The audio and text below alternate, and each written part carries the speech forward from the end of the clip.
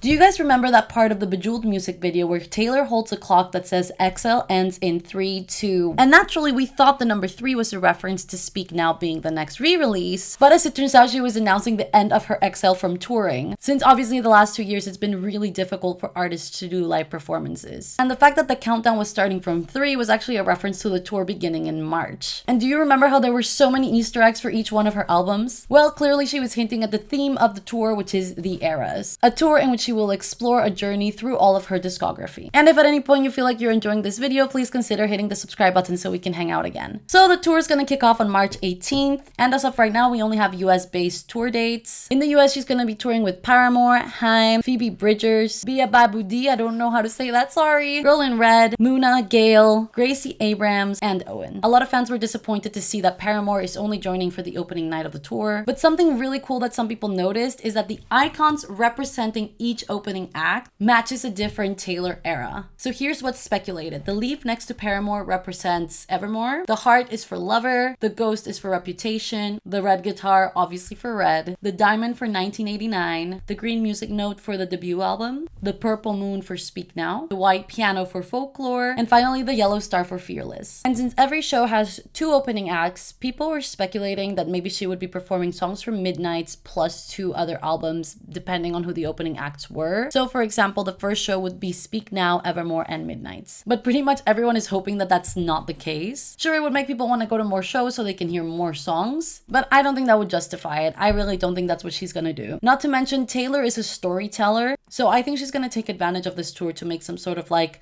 autobiographical experience throughout the whole thing. But at this stage in her career, she has so many songs, it's really hard to make a set list including all her hits, let alone including songs that weren't even singles that are an absolute must.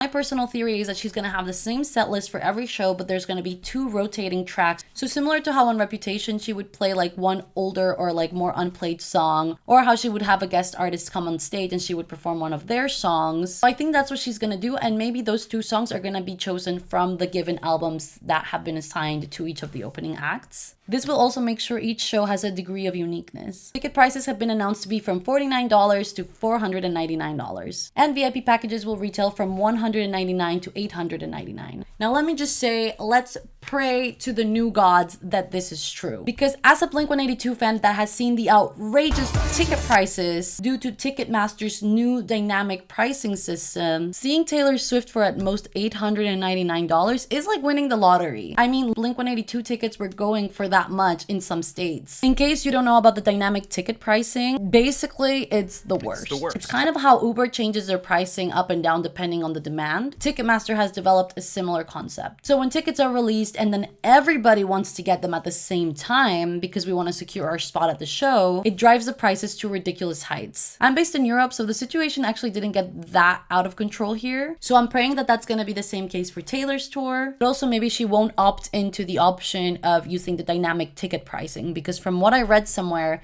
is that artists actually have to choose that. So if that's true, it would be amazing if she didn't choose that option, because I think otherwise her tickets are going to be going for like 5,000, 10,000 euros. So yeah, let's pray that the ticket prices that were announced are in fact going to be the ones that we get. To get early access in the US, you can become a verified fan. But what I don't get is that all you have to do is sign up and then you become a verified fan. I thought there was going to be like a quiz or something to see how like involved of a fan you are. Because otherwise, how is this really stopping resellers buying tickets? They can just sign up as a verified fan as well. Anyway, I think it would have been cool if they had done a quiz. I understand not all fans are super hardcore, but they didn't have to ask like super complicated questions. People who are on it for the resale probably won't know like the most basic things. Anyway, I just think that would be like a cool concept. So to close up, I'm just gonna share the 5 tracks that I really hope make it into the set list. The first is Don't Blame Me. I think that's probably one of my favorite songs, and I just want to be in an audience singing that and having that energy around me. But this is not a single, so I have no idea if it's gonna make the cut. The second is All Too Well, of course, preferably the 10-minute version, but All Too Well is just the most iconic song. Next for me is I Know Places, just because I really love that song. I think that was my most played song of last year on Spotify. Then it's the Wildest Dreams and Enchanted mashup. I mean, I would love if she just played Enchanted on its own, but I just love that version where she mashed it up with Wildest Dreams. So beautiful. So I really hope she brings that back. And I really fear she may not play this because it's a bonus track, but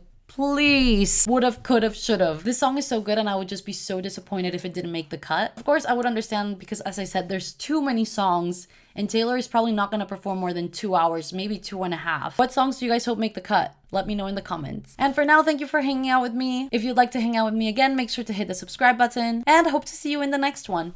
Bye!